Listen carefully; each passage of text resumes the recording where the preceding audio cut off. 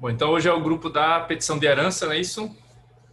E aí vão se apresentar hoje Lara, Camila, Andressa, Adriana e Filadélfia. Tá faltando entrar, estão faltando entrar, né? Lara e Andressa, né? Pronto, vamos esperar um pouquinho aí para elas entrarem, para a gente poder começar.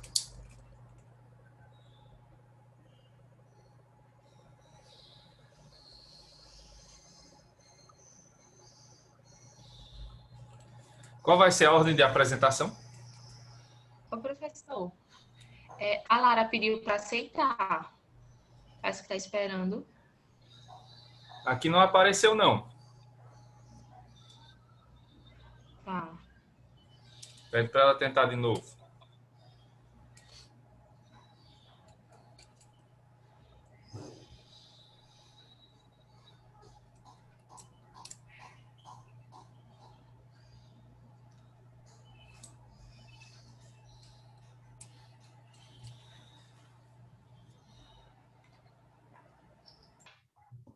Agora, todas. Agora foi.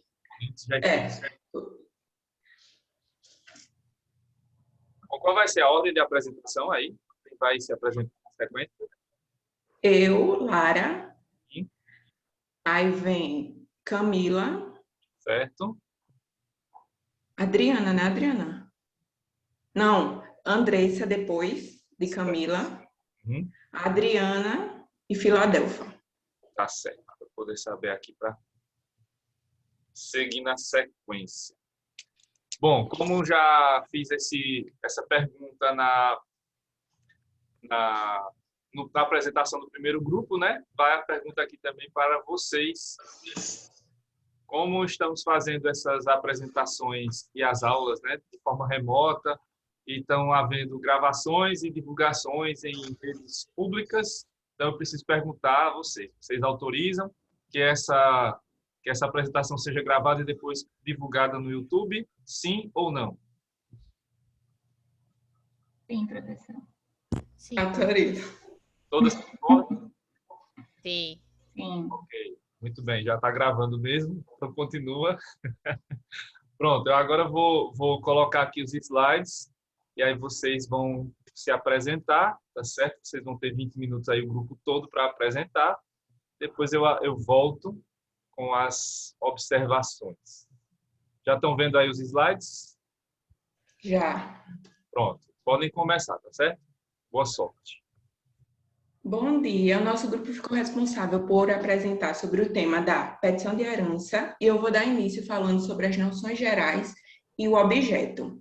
Bom, o Código Civil de 2002 introduziu como último capítulo do título 1 da sucessão em geral a petição de herança, que é prevista nos artigos 1824 a 1828. O artigo 1824 dispõe que o herdeiro pode, em ação de petição de herança, demandar o reconhecimento de seu direito sucessório para obter a restituição da herança ou de parte dela contra quem, na qualidade de herdeiro ou mesmo sem título, a possua.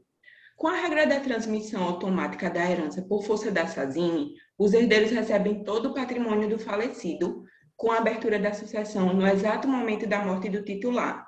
E, posteriormente, através da partilha, serão fixados o respectivo quinhão de cada herdeiro. Por diversos motivos, a herança ela pode estar sendo transmitida indevidamente a quem não possui o título sucessório, ou a quem possui, mas deixando de fora outro em que efetivamente também se apresenta como sucessor. E é aí que surge a importância da petição de herança, como uma medida judicial cabível para que a pessoa que for excluída indevidamente obtenha o reconhecimento da qualidade de herdeiro. Exemplo, um filho que não foi registrado pelo genitor já falecido Ele propõe uma ação de investigação de paternidade pós-mortem, cumulada com petição de herança, com o objetivo de obter o reconhecimento do status familiar e, consequentemente, o direito à herança com a petição de herança. Outro exemplo é a propositura de petição de herança pelo companheiro sobrevivente, pleiteando o reconhecimento e a dissolução da união estável e pedindo uma declaração da existência de entidade familiar por um determinado tempo. E, além disso, reclamando a herança que lhe cabe. A ação de petição de herança ela pode ser ajuizada antes ou depois de realizada a partilha. Se ajuizada antes, o foro competente para processar e julgar a ação é o juízo do inventário. E se já se efetivou a partilha, sustenta a doutrina e a jurisprudência que a ação deve ser proposta no foro do domicílio dos réus, ou seja, daqueles que receberam a herança. Havendo mais de um domicílio, em qualquer deles pode ser proposta a ação. E não tendo domicílio certo, o foro será o da situação dos bens ou do local do óbito, se nele existiam bens do espólio.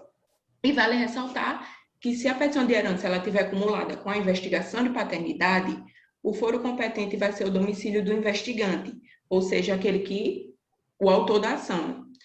Pode passar, professor. Bom, agora eu vou falar sobre o objeto da petição de herança. Seguindo o artigo 1824, é possível reconhecer dois objetos, o objeto da petição de herança em dois diferentes pedidos, que é o reconhecimento da qualidade de herdeiro e o recebimento dos bens devidos. Por isso, tendo sido promovido por um único herdeiro, pleiteando a totalidade da herança, ou por um co-herdeiro que pretende figurar na partilha ao lado de outros, a herança vai ter sempre esses dois objetivos. E com relação ao valor da causa, sendo promovido por um único herdeiro, o valor da causa vai ser a importância total dos bens do patrimônio. E, no caso do co-herdeiro, vai ser a cota-parte do interessado, por ser mais restrito o seu benefício econômico. E, havendo cumulação em ação de investigação de paternidade e petição de herança, o valor da causa vai ser a soma dos pedidos declaratórios e condenatórios cumulados, como assentado na jurisprudência. Pronto, pode passar. Bom, professor, dando continuidade ao tema de petição de herança, eu vou trazer a natureza jurídica da petição de herança. Em relação ao enquadramento topológico, a doutrina, ela entende que o estudo da petição de herança, ele vem de um viés de caráter intuitivo. E, portanto, a petição de herança nada mais é do que uma ação real, imobiliária e universal. Ela é real e imobiliária pelo fato da caracterização dada pelo Código Civil, no artigo 80, inciso 2º, dada a herança, que é considerada uma coisa imóvel. E, portanto, essa ação real imobiliária tem como finalidade proteger esses bens hereditários, esses bens imóveis, né? Segundo o professor peruano César Fernandes Arce, essa ação real imobiliária ela tem a finalidade de proteger esses bens hereditários de modo a excluir o autor, excluir aquele que tem a posse desses bens hereditários ou até mesmo concorrer com ele. Ela é universal também pelo fato da herança ter essa característica de universalidade, ser composta por uma coletividade de bens e de direitos que são herdados, né, e são transmitidos pelo falecido após, né, a sua morte. O artigo 1825 da Lei Civil também atesta esse caráter de universalidade quando ele afirma que a ação real imobiliária, ainda que exercida apenas por um único herdeiro, ela compreenderá todos os bens do patrimônio. Ou seja, a herança ela não é formada apenas por bens específicos, e sim por uma totalidade de bens e de direitos.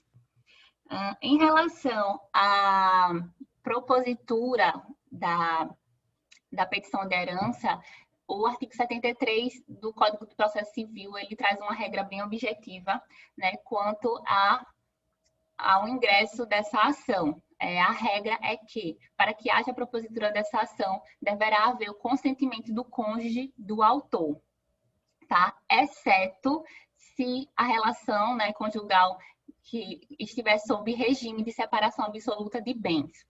Essa regra do artigo 73 do consentimento do cônjuge do autor também se aplica à união estável, né, que está presente nesse artigo 73, parágrafo 3º do Código de Processo Civil. A única dificuldade que poderá vir a ter o autor quanto à relação convivencial, né, da união estável é o fato de identificação do cônjuge do réu, uma vez que sabemos que essa relação convivencial ela não se exige dela formalidades ou determinado registro. Eu trouxe também a questão do litisconsórcio passivo e necessário. O litisconsórcio ativo necessário, não há formação dele na relação jurídica do polo ativo, porque se assim o fosse, estaria transgredindo o direito ao acesso à justiça. Então, não há formação desse litisconsórcio ativo necessário dentro do polo ativo, até porque é apenas uma condição especial para a integração da capacidade processual do demandante, do autor. Já no polo passivo, há a formação do litisconsórcio passivo necessário, trazendo uma condição de validade para o processo, que é a citação do cônjuge do réu. Como há uma exigência dessa citação do cônjuge do réu, ele se difere e forma o litisconsórcio passivo necessário nesse caso, tá? E por fim, eu trago a diferença entre a ação de petição de herança e a ação reivindicatória, que embora elas possam confundir a maioria, né, dos estudantes quanto à sua finalidade, elas possuem natureza e objetos completamente distintos. A ação reivindicatória, ela possui a finalidade de reclamar a titularidade de um bem que é determinado, específico e individualmente considerado do demandante, e é através do registro em cartório de imóveis que essa propriedade, né, talvez esse bem, ele é evidenciado. Então, a natureza da ação reivindicatória é a natureza singular, enquanto que a da ação de petição de herança é a natureza universal, como já vimos. A ação de petição de herança, ela tem a finalidade tanto de reconhecer a condição de sucessor do autor, quanto de reivindicar os bens hereditários. Ou seja, a ação de petição de herança, como já dito, ela possui a natureza universal. Bom, é isso. Oi, bom dia. Eu vou falar sobre a legitimidade da ação de petição de herança. A legitimidade da ação de petição de herança ela é dividida em legitimidade ativa e legitimidade passiva. A legitimidade ativa é daquele que se afirma ser herdeiro, co-herdeiro, legítimo ou testamentário. É aquele que pretende ter reconhecida a qualidade sucessória, bem como reclamar a sua cota-parte da universalidade hereditária, inclusive para fins de posse e de propriedade. O ônus da prova é do autor. Naturalmente, ele deve demonstrar a sua condição de herdeiro e a sua aceitação da herança. É possível que a ação seja proposta por quem tem legítimo interesse sobre a herança que se pretende receber. É o caso do sucessor, do herdeiro legítimo, aquele que herda por representação, do substituto do herdeiro testamentário ou mesmo do poder público, que poderá receber a herança na ausência de herdeiros. Já a legitimidade passiva para a causa, figurando na condição de réu, será daquele que estiver na posse da herança, com ou sem título hereditário, isto é, seja ou não herdeiro ou legatário. Equivale a dizer que no polo passivo da demanda estará o atual possuidor dos bens, componentes da massa hereditária.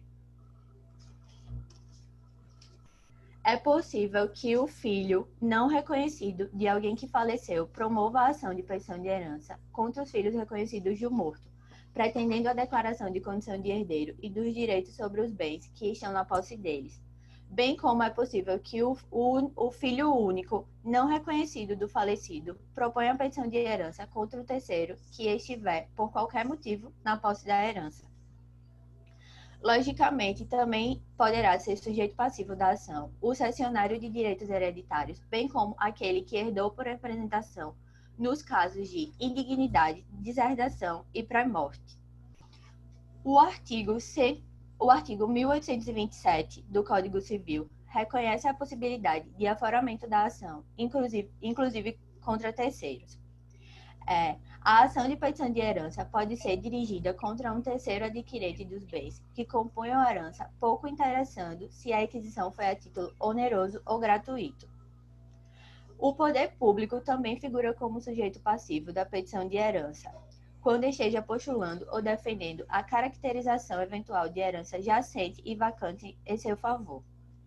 Vale ressaltar que eventualmente, como lá da ação de petição de herança, como uma ação de investigação de paternidade, constarão como demandados, além do possuidor dos bens hereditários, todos os herdeiros do falecido, formando um litisconsórcio passivo necessário, em razão da natureza da relação jurídica, ainda que tenham os herdeiros renunciados ou cedido à herança.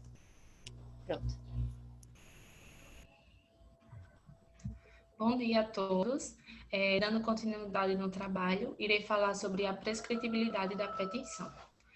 Alguns autores falam que a petição de herança não prescreve. A ação é imprescritível, podem ser julgada a qualquer tempo. É o que diz a súmula 149 do STF. É imprescritível a ação de investigação de paternidade, mas não é a da petição de herança. Com isso, pela falta de previsão legal, entendi a jurisprudência que a prescrição de petição de herança seria vintenário, mas com o Código de 2002, no seu artigo 205, trouxe uma cláusula geral de prescrição, submetendo ao prazo de 10 anos toda e qualquer pretensão condenatória que não tenha prazo específico previsto. Assim, não havendo dispositivo legal específico, o prazo extintivo da petição de herança será de 10 anos.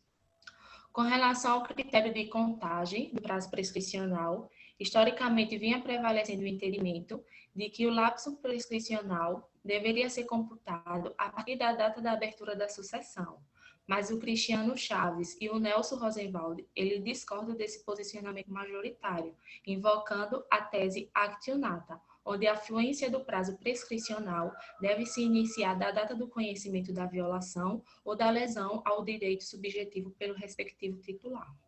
Pode passar, Cruz.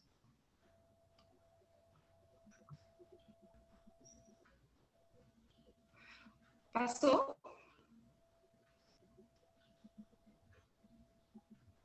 Quanto aos seus efeitos, reconhecida a qualidade hereditária do autor da petição de herança por meio de uma sentença transitada em julgado, tem como efeito natural e principal da transmissão a titularidade do patrimônio deixado em seu favor.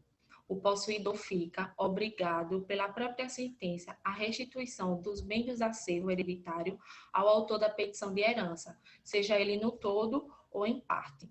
É o que diz o artigo 1826 do Código Civil. O possuidor da herança está obrigado à restituição dos bens do acervo, fixando-se a responsabilidade segundo a sua posse.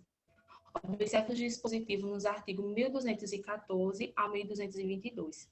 Completa ainda o parágrafo único do referido artigo. A partir da citação, a responsabilidade do possuidor se há de aferir pelas regras concernentes à posse de má-fé e à mora. Isso quer dizer que o possuidor dos bens hereditários pode ainda responder civilmente pelo prejuízo causado ao autor da ação em relação aos bens indevidamente apreendidos. Torna-se desnecessária a propositura depois do trânsito em julgado na sentença proferida da petição de herança, pois o efeito natural da procedência é a restituição da herança, seja ela no todo ou em parte. Então, uma nova ação específica executiva com filtro de pleitear a titularidade dos bens ou mesmo a desconstituição da partilha se torna desnecessária. E, por fim, para assegurar os seus efeitos práticos do provimento jurisdicional a ser concedido na ação de petição de herança, é possível a concessão de medidas de urgência acautelatórias do bem jurídico em que se disputa. Então, reconhecida a sua qualidade na petição de herança, confere-se ao magistrado de ofício ou a requerimento do interessado a possibilidade de reservar o quinhão do herdeiro. Pronto.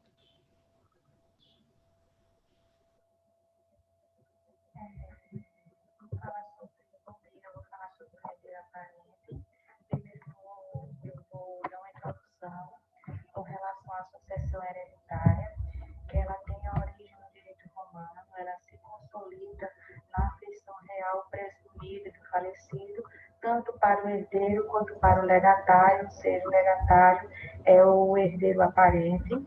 Essa afeição ela reflete no beneficiário da herança, no sentido de gratidão com respeito à vontade do morto. Essa transmissão do bem do decujus é um direito sucessório, é um direito de transmissão do bem causa-morte, né? Após a causa-morte. Essa transmissão para o sucessor, ela é uma transmissão dos bens, dos direitos e das obrigações relacionadas ao seu patrimônio. No momento da abertura da sucessão, primeiro visto os descendentes, né? E com a falta desses descendentes, aí entra os ascendentes, os cônjuges, os colaterais, até o 4º grau. No conceito, com relação ao herdeiro aparente, o que eu entendi é aquele que está na posse dos bens hereditários, como se fosse o legítimo titular. Para Giselda Maria, ela diz assim, que o herdeiro aparente é aquele que surge aos olhos de todos, em determinadas circunstâncias, ele é como um verdadeiro herdeiro legítimo, sem sê-lo. Outra situação é que ele não é o titular do direito sucessório, mas é um legítimo proprietário da herança. Há duas espécies de herdeiro aparente. Aquele cuja condição do herdeiro é afastado pelo fato de não possuir a capacidade sucessória, e a segunda é quando ele é excluído por indignidade. Então, eu vou falar sobre a questão primeira, que fala sobre ele não possuir a capacidade sucessória. Nesse caso, o filho legítimo ele foi excluído do testamento. Então, ele perde a capacidade sucessória por deserdação. E, no caso, excluído por indignidade, quer dizer que a lei ela difere a sucessão para os descendentes, né? E, nesse caso, quem está como sucessor seria o herdeiro aparente.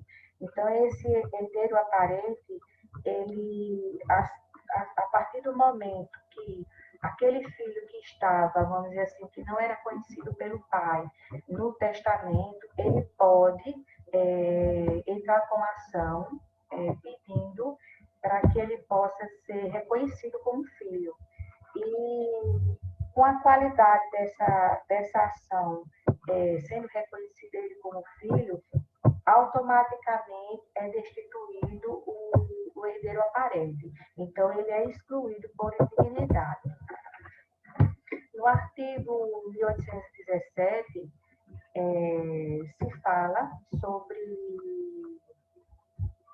a questão que é válido as alienações onerosas dos bens hereditários pelo herdeiro aparente a terceiros. Então, com a abertura dessa sucessão, toda negociação jurídica ela é válida. Então, com o trânsito em julgado, aquele herdeiro verdadeiro, ele pode entrar com uma ação contra, nesse caso, não é contra o herdeiro aparente, mas sim contra o terceiro de boa-fé. Ele pode entrar e todo o valor que ele perdeu, ele pode exigir como perdas e danos e o valor perdido ele recebe por inteiro. E no caso das discussões doutrinárias, como eu falei, o herdeiro aparente ele pode vender, negociar, celebrar negócios jurídicos através dos bens integrantes da herança ou sua suposta cota hereditária. O herdeiro, nesse caso, o herdeiro aparente, ele entra com a propriedade, que é os bens, e o terceiro, ele entra com a boa-fé. Então, nessa negociação, ela é válida. O artigo 1827 diz que o herdeiro pode demandar os bens da herança a terceiro sem prejuízo de responsabilidade. Agora, quando existe a má-fé, Então, nesse caso, essa celebração ela é anulada, porque houve nesse momento, por parte dos dois, vamos dizer assim, houve mentiras, houve documentos falsos, a morte, vamos dizer assim, eles causaram a morte do falecido. Então, nesse caso aí, essa ação é anulada. Então, o artigo 1827, ele dá ênfase que toda ação realizada pelo herdeiro aparente, ela é sem prejuízo de responsabilidade se for por boa-fé. Eu esqueci também de falar sobre a questão do... Não são herdeiros aparentes, né? O herdeiro legítimo e o herdeiro testamentário. No caso, o herdeiro legítimo, como eu falei, a lei difere a sucessão para os descendentes. E para a questão do direito testamentário, o que é válido é que os desejos em vidas do falecido sejam respeitados. Pode passar. Bom, professor, e por fim, nós trouxemos o julgado. Esse agravo, né, ele foi julgado em 10 de 12 de 2019 pelo ministro relator Raul Araújo e pela quarta turma. O seu provimento ele foi negado, mas ele trata justamente da questão do prazo prescricional da pretensão de petição de herança. E daí ele fala que o termo inicial do prazo prescricional da pretensão de petição de herança conta-se da abertura da sucessão ou, em se tratando de herdeiro absolutamente incapaz, da data em que ele completa 16 anos, momento em que, em ambas as hipóteses, nasce o direito para o herdeiro, ainda que não legalmente reconhecido, o direito de reivindicar os direitos sucessórios. E daí, com base na súmula 149, o Supremo Tribunal Federal entende que é imprescritível a ação de investigação de paternidade, mas não é a petição de herança. Então, diante da incidência das regras dispostas no artigo 177 do Código Civil de 1916, combinado aos artigos 205 e 2028 do Código Civil de 2002, aberta a sucessão em 28 de julho de 1995, o termo final para ajuizamento da petição de herança ocorreria em 11 de janeiro de 2013, 10 anos após a entrada em vigor do Código Civil de 2002. E daí, de modo que foi ajuizado oportunamente a demanda. Como eu falei, esse agravo ele teve seu provimento negado pela, se eu não me engano, ministra Maria Isabel Galotti, né? E depois foi um voto contrário do relator e também da quarta turma. E é isso. O julgado diz respeito a isso.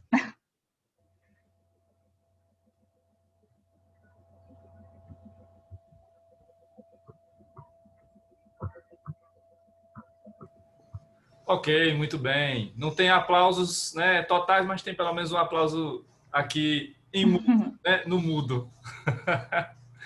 Parabéns para qualquer coisa no tempo, viu? Mas é porque é um assunto extenso demais e para a gente falar assim foi um pouco complicado.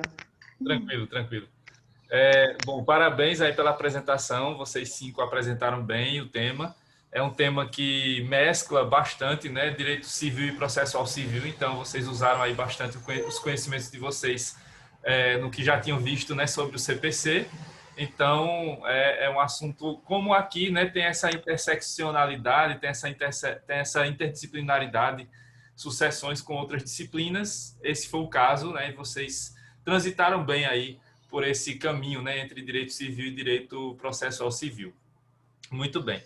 Só informando aqui aos demais, né, como aconteceu no primeiro trabalho, nesse segundo também esses slides vão ser disponibilizados. Mais tarde eu já deixo lá no sistema para todo mundo ter acesso, né, porque ficou também muito bem organizado e bem detalhado, né? Então, tá as informações principais ali para saber como funciona a dinâmica da petição de herança já estão todas lá, então tá tudo certo, tudo beleza. Então, também serão disponibilizados os slides para vocês mais tarde. Bom, vamos aqui pela ordem, né, de apresentação para as perguntas. Tal como aconteceu lá no seminário da semana passada, as perguntas são sempre relacionadas aos temas que vocês apresentaram, né? E são só alguns pontos a ser esclarecidos ou algumas curiosidades aqui sobre o tema, mas que sempre tem a ver com o que vocês apresentaram. Então, pela ordem de apresentação, vamos começar com Lara. Lara, só um ponto a ser esclarecido que você falou sobre a questão de, inicialmente, porque depois foi melhor falado, né? Quem é legitimado, ativo, passivo e tal. Mas uma pergunta que fica é a seguinte: todo herdeiro que vai ser habilitado à herança precisa ingressar com a ação de petição de herança? Petição de herança e habilitação de herança são a mesma coisa, são coisas distintas. Como é que funciona isso? Não, professor, eu vi isso no livro do Cristiano Chaves, que ele diz que se a pessoa já é habilitada, não precisa entrar com a petição de herança. Diz que não precisa, são coisas diferentes. Certo, certo. Então, a ação de petição de herança não é voltada especificamente para que qualquer herdeiro seja habilitado na herança, só para as situações específicas que vocês mencionaram, não é isso?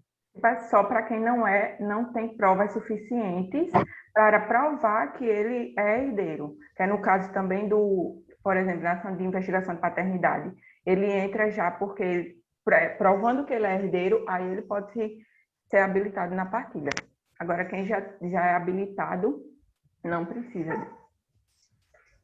Certo. Então, para solicitar o ingresso, né, como herdeiro, na qualidade de herdeiro do inventário, não é necessário entrar necessariamente com a petição de herança, basta a habilitação no processo de inventário. Então, se você já tem todos os elementos ali que comprovam que você é herdeiro, então já ingressa com a habilitação, não precisa ir para a petição de herança para depois ingressar com a habilitação, só nos casos que vocês mencionaram. Perfeito. Camila, você mencionou o artigo 73 a 743 do CPC? 73. 73, pronto.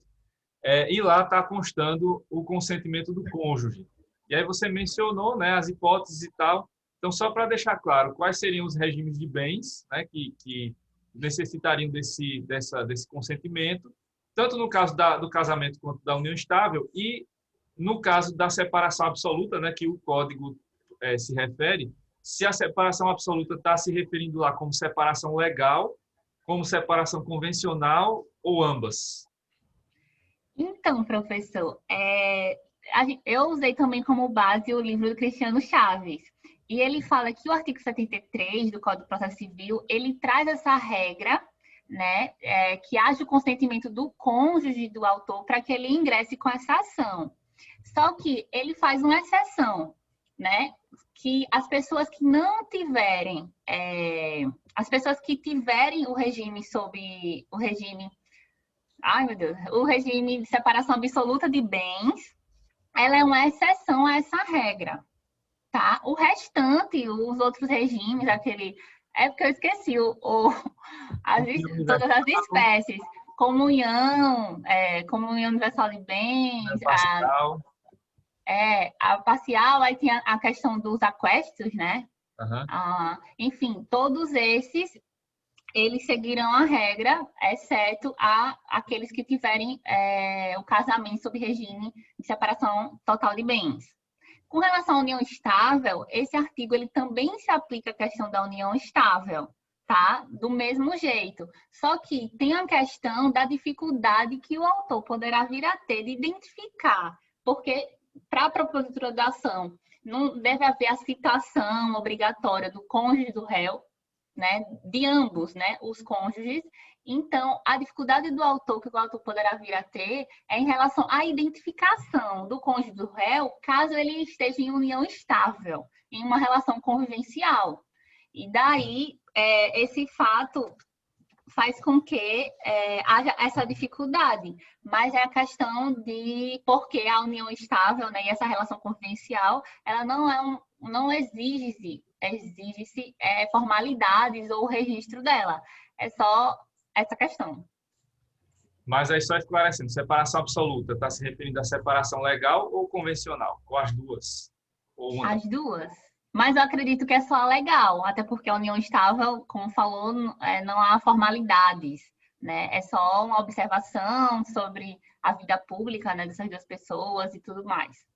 Não é específico, o código não é específico em relação a isso, né? Mas acredito que sim, porque a única coisa que ele trata é essa regra do artigo 73, que também inclui a separação de bens total, também se aplica à união estável. Nesse caso aí, o entendimento é esse, né, que prevalece. A separação é legal porque é como vocês já aprenderam isso, né? É como se fosse uma punição, né? Ou uma restrição mesmo de direitos. Então, na separação legal vale, na convencional vale o que tiver convencionado, né? Isso. Se houver algo diferente, né, na convenção lá no contrato especificamente, né, assinado entre os cônjuges. Quando existe, aí, né, esse contrato. Se houver, né, esse contrato, aí se exato. houver termos distintos, então seguirá o que está lá nos termos do contrato. Então a restrição é mais para a questão da separação do legal. Casamento. Né? Isso. Andressa, eu perguntei a Lara sobre a questão do próprio herdeiro pessoal, mas aí fica também a questão da habilitação, da petição de herança em relação a bens, né, especificados ou os bens da herança como um todo. Então, o herdeiro que já foi habilitado na herança, ele pode ingressar com a ação de petição de herança visando, por exemplo, o resgate, né, a restituição de algum bem em específico dessa herança ou que está, por exemplo, sob a posse de um herdeiro aparente. Como é que funciona isso? O herdeiro já habilitado, ele deve usar qual é o instrumento mais adequado aqui? É um inventário, se ele já está habilitado, ou ele precisa ingressar com a petição de herança, segundo o que vocês mostraram aqui? Eu acredito que ele possa, sim, entrar com uma ação, nesse caso de petição de herança, contra esse bem específico que talvez tenha ficado de fora. Assim, eu acredito. Em relação Eu tenho certeza, eu até fiquei, assim, bastante com dúvida nessa questão que o senhor abordou agora. Eu até queria mais, assim, uma explicação, porque foi algo que eu não vi muito, assim, quando eu fui estudar. Até tem uma discussão na doutrina sobre se a ação é pessoal, se é real.